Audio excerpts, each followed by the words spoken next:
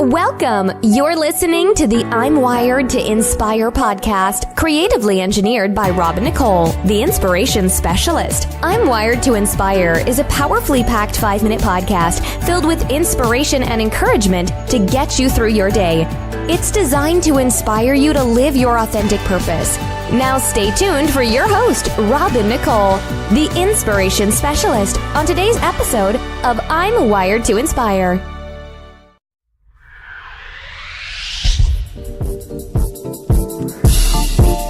It's the I'm Wired to Inspire Mentor from Afar with Nicole, the inspiration specialist.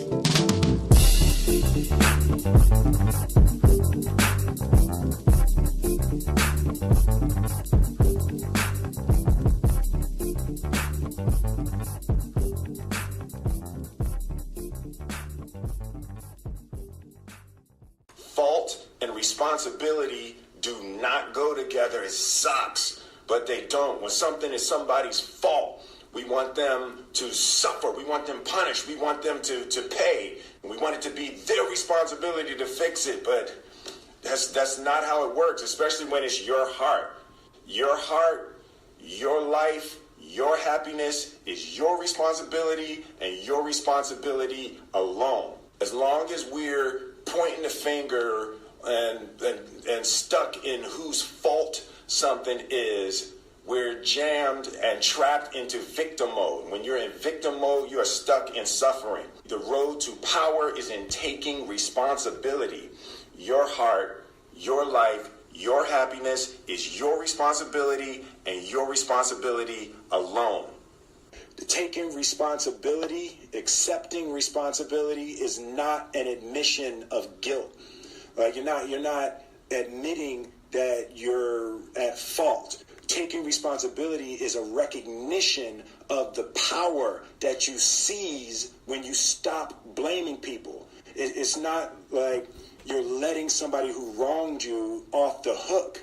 Like, taking responsibility is an act of emotional self-defense. Taking responsibility is taking your power back. So what you just heard was Will Smith speaking on the topic fault versus responsibility. And he's new to Instagram, but I love his Instagram page. I've mentioned this before. It's like he's an Instagram natural. He's an IG natural. This was something that he posted in his IG stories, and he was, talking about it in depth. And it really touched me because, again, when I think of a mentor from afar, again, in business, and in the things that I'm trying to pursue, that person usually, they lend to what I'm doing in some way. They let me know that either I'm on the right track or the wrong track, or even, y'all know God could use anybody, right? It doesn't matter who they are, what they believe, or what they look like in the public.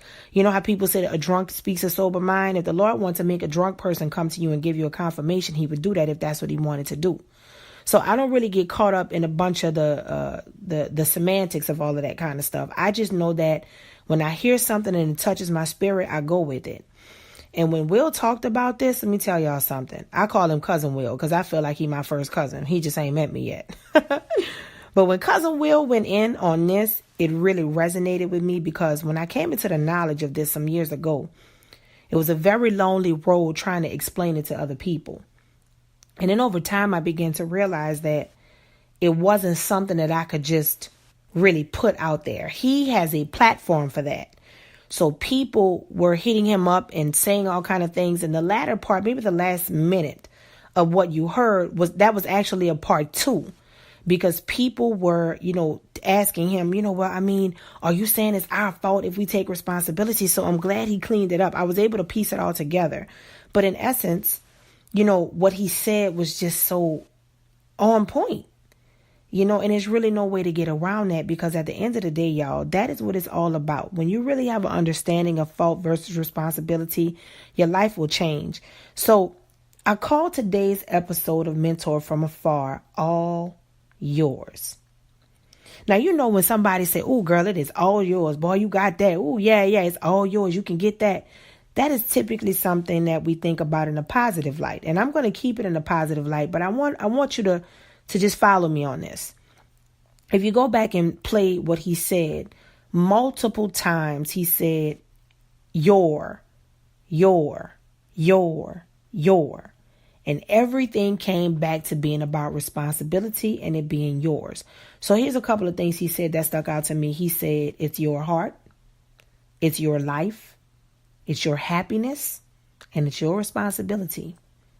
Okay, so let's break those down. One of the biggest things that gets us in a quandary and get us in a situation where we feel helpless is when we allow someone in and they either break our heart, turn our lives upside down, they quote unquote ruin our happiness, or you feel like they've done something to you and they don't want to say that they did it. They don't want to take the responsibility in essence and say, hey, this is what I did to you. But you know something that I learned, y'all, and I'm going to share it with you. You know, what he said was best. It is your heart. So it does not matter what they did to you. It is your heart. It is not their heart. Number one, people are not going to take care of themselves for the most part like they would take care of you.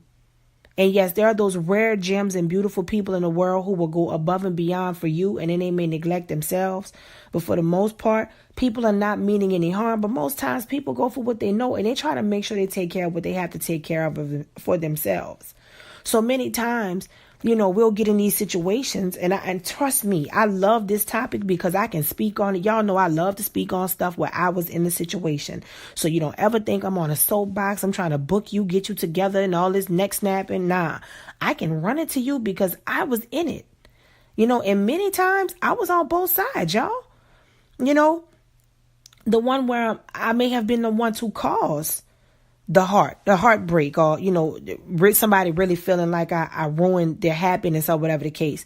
But, you know, when I got older, I realized, I said, you know what, for the people that I felt have broken my heart for whatever reason, or that I feel tried to mess up my life, or I allowed them to come in and do it, I had grown accustomed to this old adage that I just would never forget. You know, nobody can make me do anything unless I allow them to.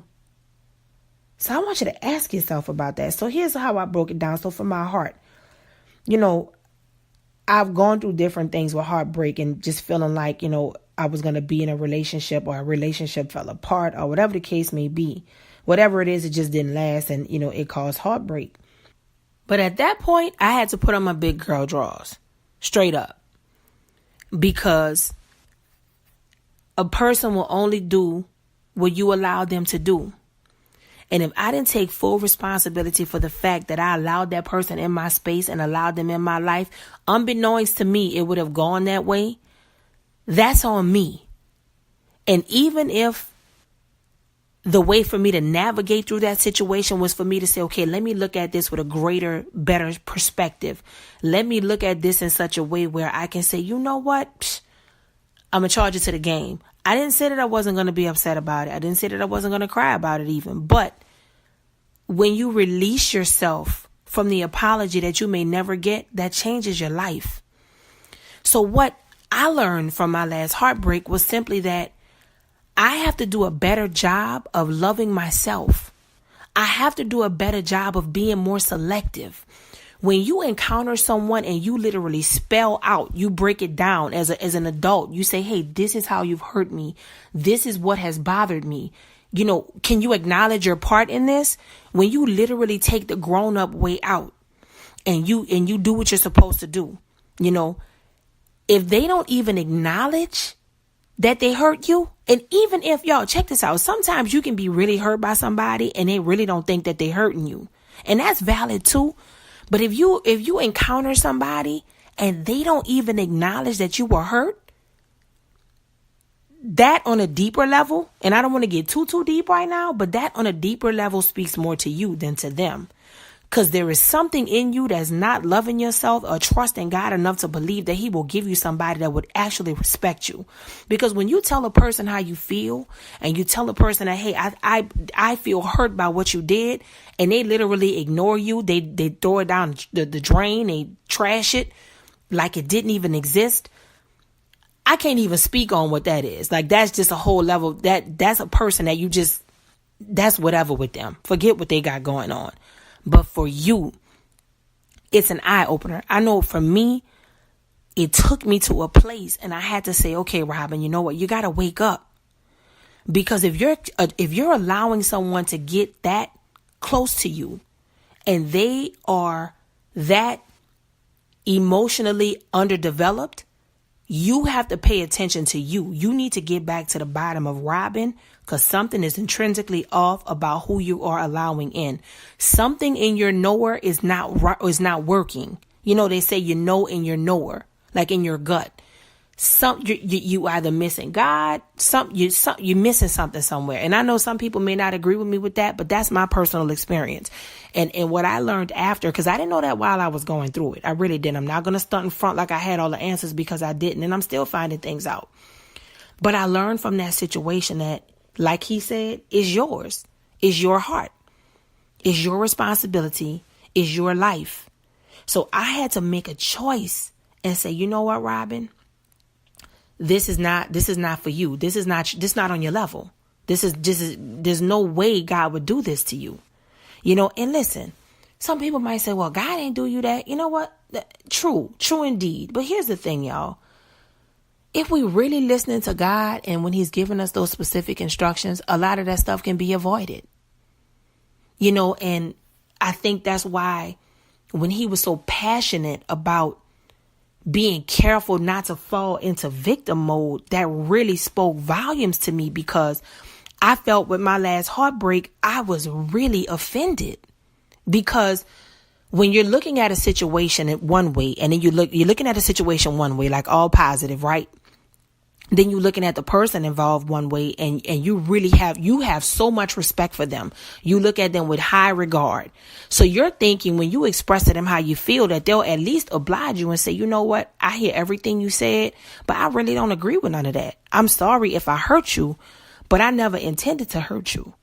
So, you know, my bad, you know, and even if they say, hey, I can't take that L, not in good conscience, because I really didn't mean to hurt you, but I can say I'm sorry that you were hurt by that, but I didn't mean to do that. If they can't even do that, that in and of itself lets you know right there, you have to make a choice.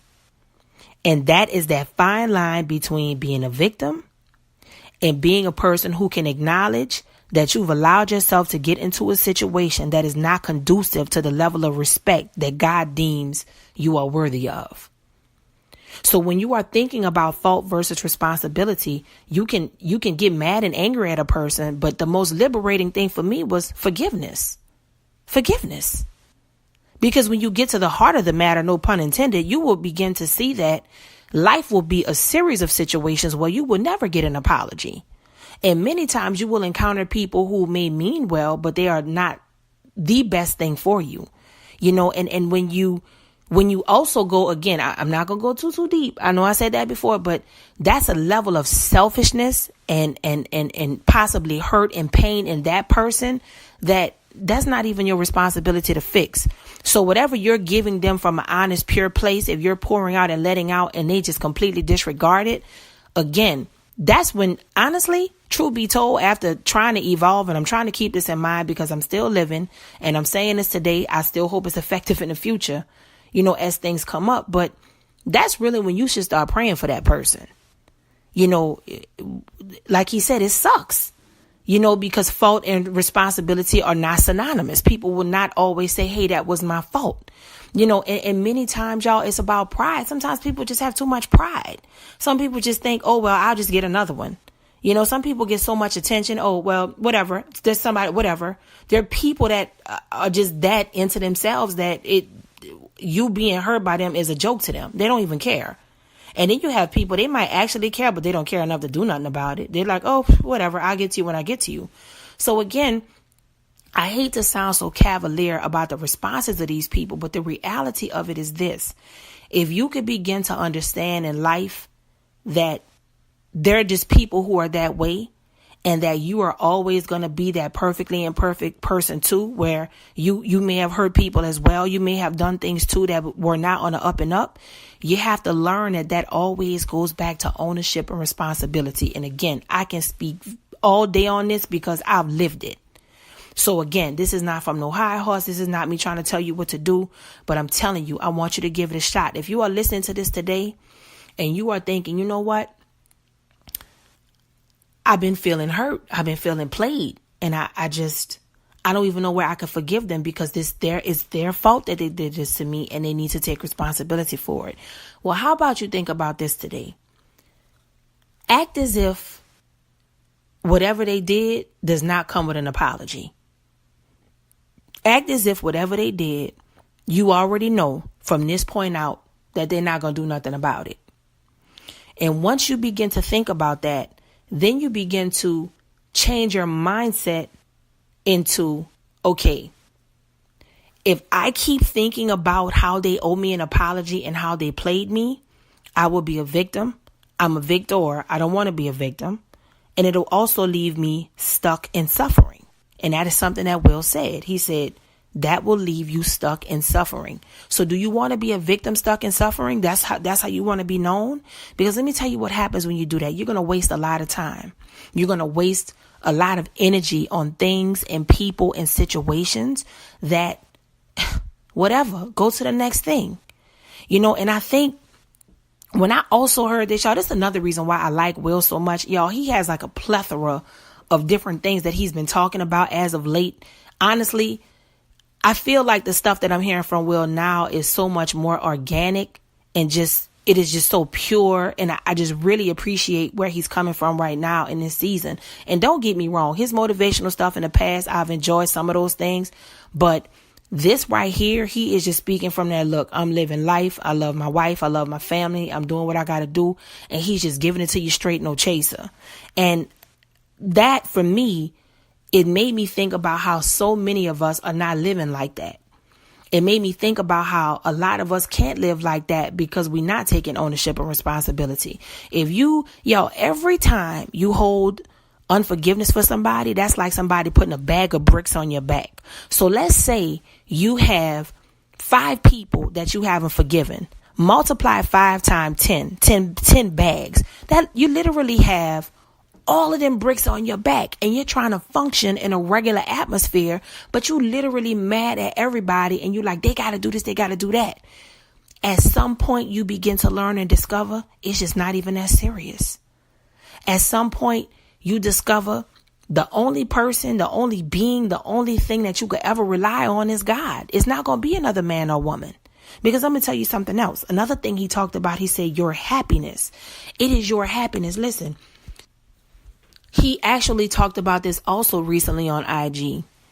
I believe it was yesterday, actually. And he talked about how he was talking to Jada and he realized, you know what? You cannot make another person happy. I think Jada was the one that initiated the conversation.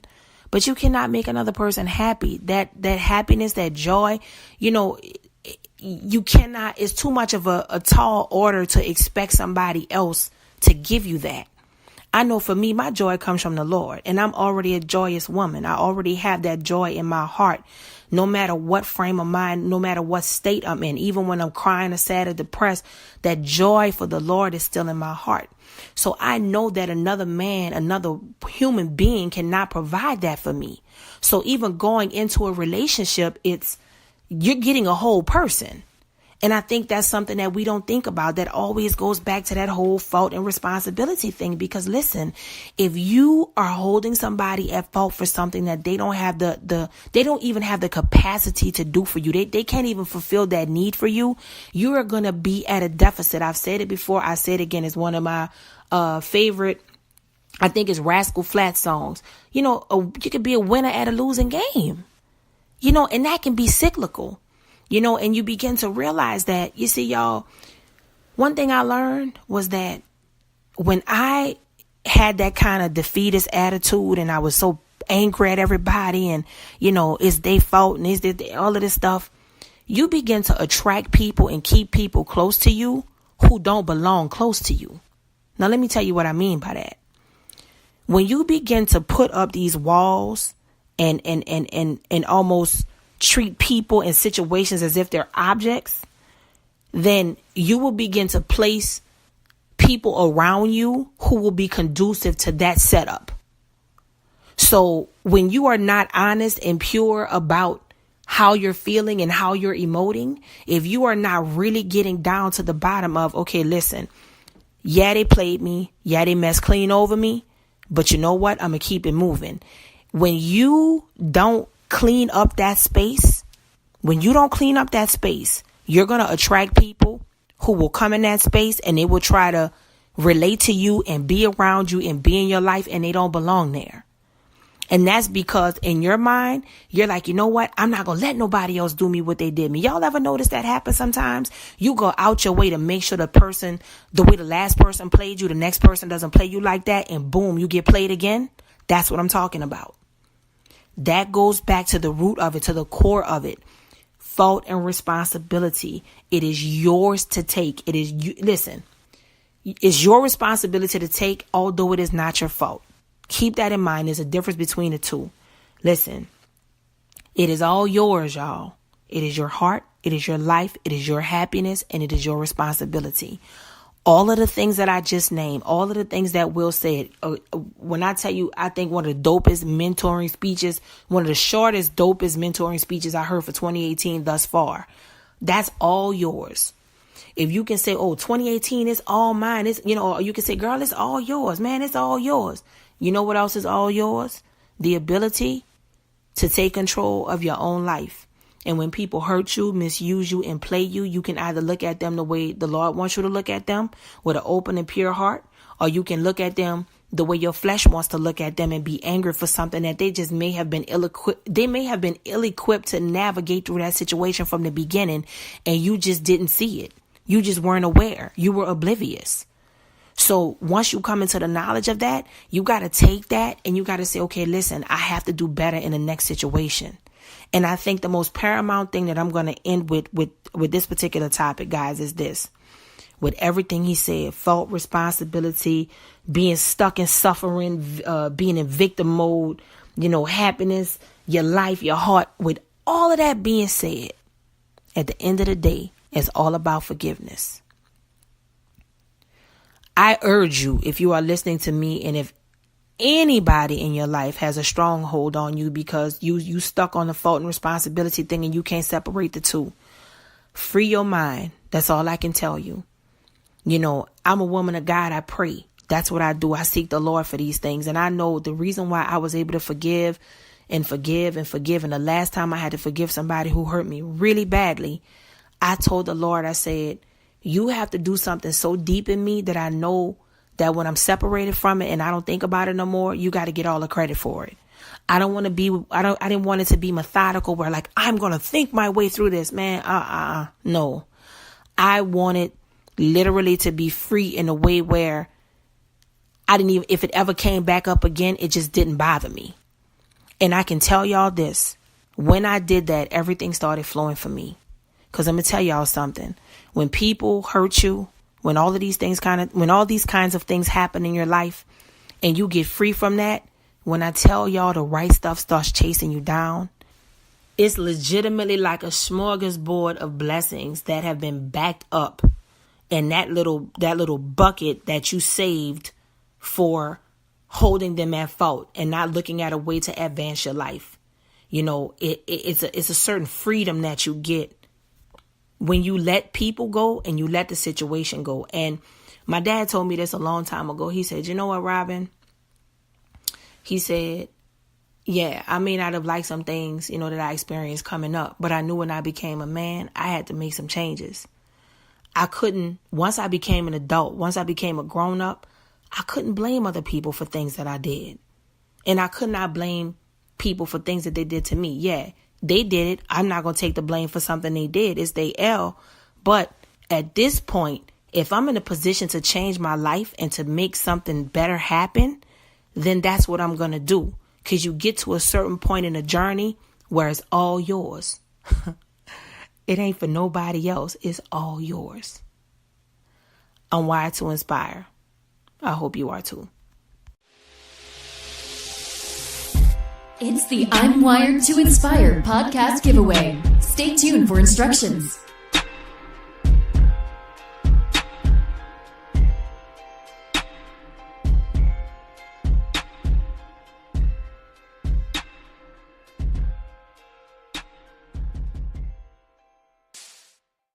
Hey everybody, thank you for joining me for the February contest instructions for the I'm Wired to Inspire contest giveaway. Now, this particular contest is specifically for Instagram. I will be making a post and it will be speaking of this contest, and then you're going to repost it and tag 3 friends that inspire you for a chance to win a $50 Amazon gift card. 2 winners will be chosen. You must be following at robinicolek, that's one word, 1 N, and I'm Wired to Inspire for your entry to be valid. We must be tagged in your photo for us to see it. Good luck. Thanks for listening to I'm Wired to Inspire podcast at I'mWiredToInspire.com. If you enjoyed the show, spread the word and be sure to hit the 5-star rating on iTunes. For more information on this podcast and inspirational products and services, log on to the inspirationspecialist.life or I'mWiredToInspire.com. And remember to live your authentic purpose. Thanks again, and see you next time.